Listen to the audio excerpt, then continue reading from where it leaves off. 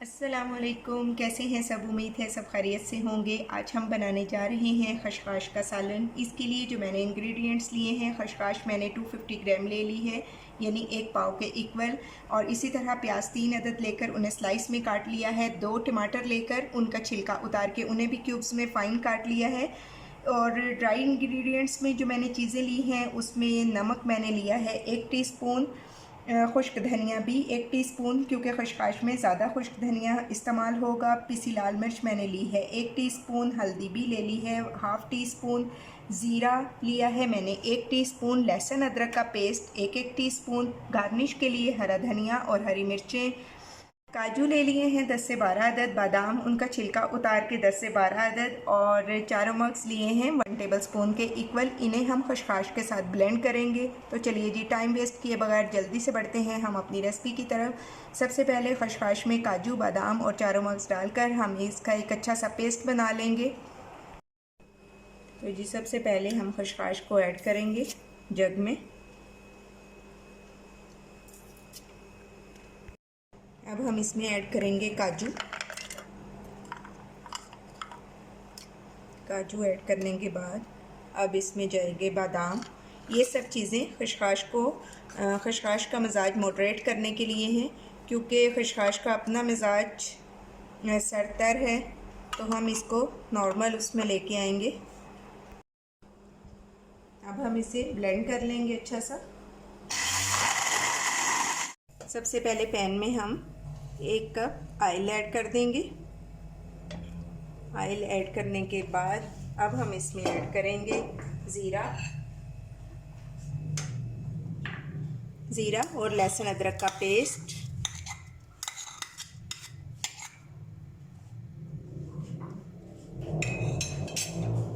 और अब हम इसे थोड़ा सा सौते करेंगे।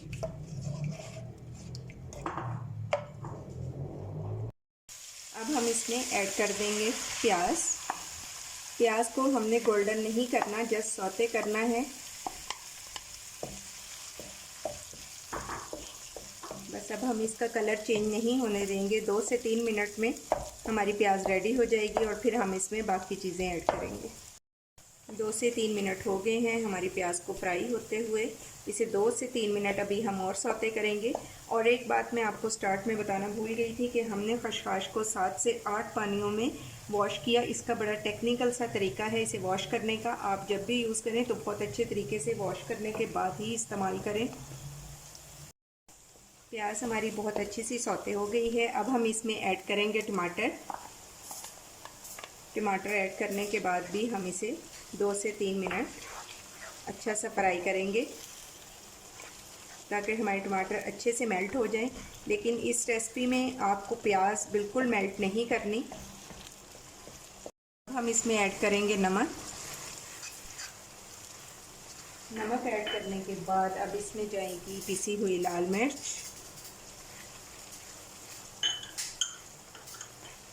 हल्दी,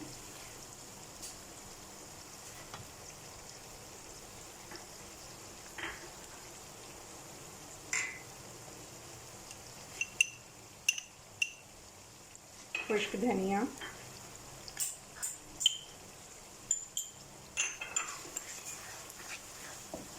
अब हम इसे 2 से 3 मिनट हाई फ्लेम पे अच्छा सा भून लेंगे और फिर इसमें थोड़ा सा पानी ऐड करेंगे।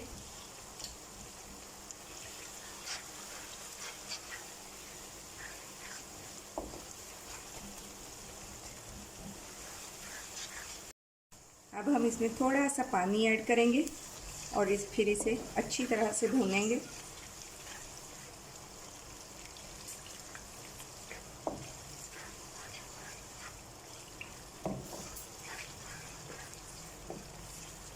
अब हम इसे कवर करके 4 से 5 मिनट के लिए पकाएंगे, ताकि टमाटर हमारे अच्छे से मेल्ट हो जाएं। और उसके बाद फिर इसमें खशखाश ऐड करेंगे। 2 से 3 मिनट और गुज़र चुके हैं। अब हम इसमें ऐड करेंगे, ये देखें टमाटर अच्छे से मेल्ट हो गए हैं और हमें प्याज को ज़्यादा मेल्ट नहीं करना।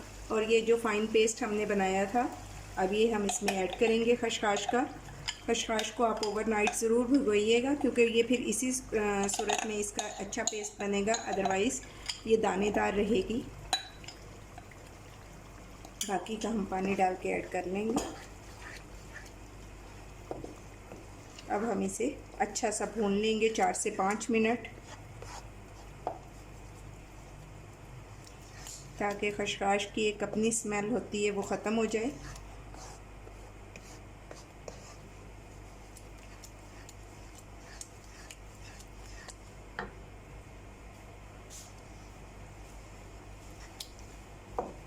इसे अब हम 5 से 6 मिनट तक भूनेंगे।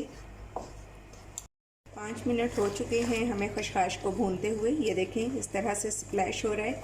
बिगनर्स जो हैं वो केयरफुल रहें और अगर चाहें तो ग्लव्स पहन के अपनी कुकिंग करें।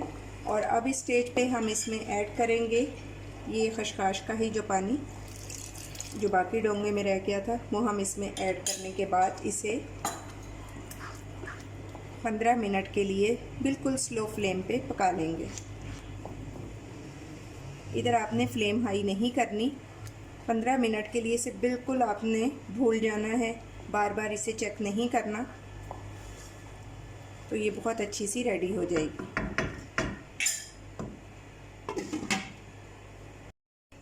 15 मिनट हो चुके हैं। ये देखें हमारी खशखाश साइड से ऑयल भी छोड़ना शुरू कर दिया है, लेकिन अभी इसे हम मज़ीद 5 मिनट तक पकाएंगे, क्योंकि जब तक इसमें ये बबल्स बन रहे हैं तो इसका मतलब इसमें अभी पानी है। अगर आप इसे इस स्टेज पे उतार लेंगे तो फिर इसमें पानी का टेस्ट आएगा खाने में। तो हमने इसे अच्छी तरह से ड्राई कर लेना है और ये 5 मिनट में इंशाल्लाह से रेडी हो जाएगा। 5 मिनट हमने इसे मज़ीद पका लिया। ये देखें इसकी कंसिस्टेंसी ये होनी चाहिए, और ये जो प्याज हमने बहुत ज़्यादा सौते नहीं किया था वो भी इस कंडीशन में रहेगा।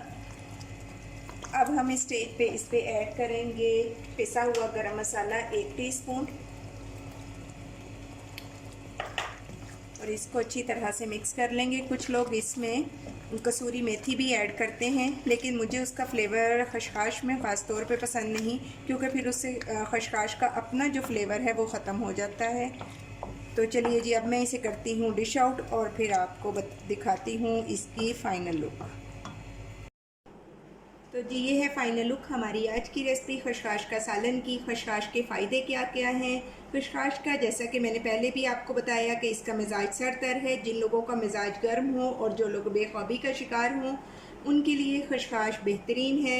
इसके अलावा खशखाश मुरक्कब है जी iron, calcium, magnesium, omega 3, omega 6, potassium, zinc का, और ये फ़ाइबर से भी भरपूर है।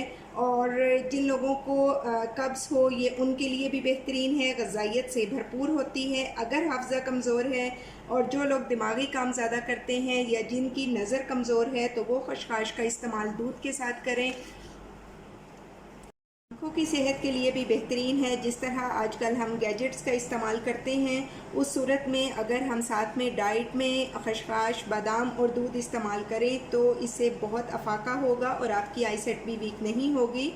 डिप्रेशन में भी ये बहुत मुफीद है। वो लोग जो शिकायत करते हैं कि रात में उनकी आँख खुल जाती है या वो सोते हैं तो प्रॉपर नींद नहीं ले पाते और उनका दिमाग जाग रहा होता है, अगर वो 2 से 3 दिन मुसलसल खशखाश, दूध और बादाम का मिक्सचर इस्तेमाल करें तो उनके लिए बेहतरीन होगा। इसके अलावा जी खशखाश हमारी स्किन के लिए भी बहुत बेहतरीन चीज़ है। खशखाश और दूध का पेस्ट बनाकर फेस पर अप्लाई करें तो स्किन फ्रेश हो जाएगी और बहुत ज़्यादा ग्लो करेगी, ख़ास तौर पे इस मौसम में। और खशखाश एंटी एजिंग प्रॉपर्टीज़ भी रखती है, जिससे झुर्रियाँ और बहुत से मसाइल आपकी स्किन के हल होंगे। तो फिर क्यों ना हम इसे अपनी डाइट में इस्तेमाल करें। आप इससे सरदाई के तौर पर भी इस्तेमाल कर सकते हैं, और जो लोग सरदाई पीना पसंद नहीं करते तो वो सालन में इस्तेमाल करें, तो इनके लगभग एक ही जैसे उन्हें फ़वाइद हासिल होंगे। अगर रेसिपी पसंद आए तो लाइक और शेयर करें। चैनल पर न्यू हैं तो सब्सक्राइब करें। आप ये ज़रूर ट्राई कीजिएगा। मुझे आपके फीडबैक का इंतज़ार रहेगा। अपना और अपने प्यारों का बहुत ख्याल रखिएगा। Take care. अल्लाह हाफ़िज़।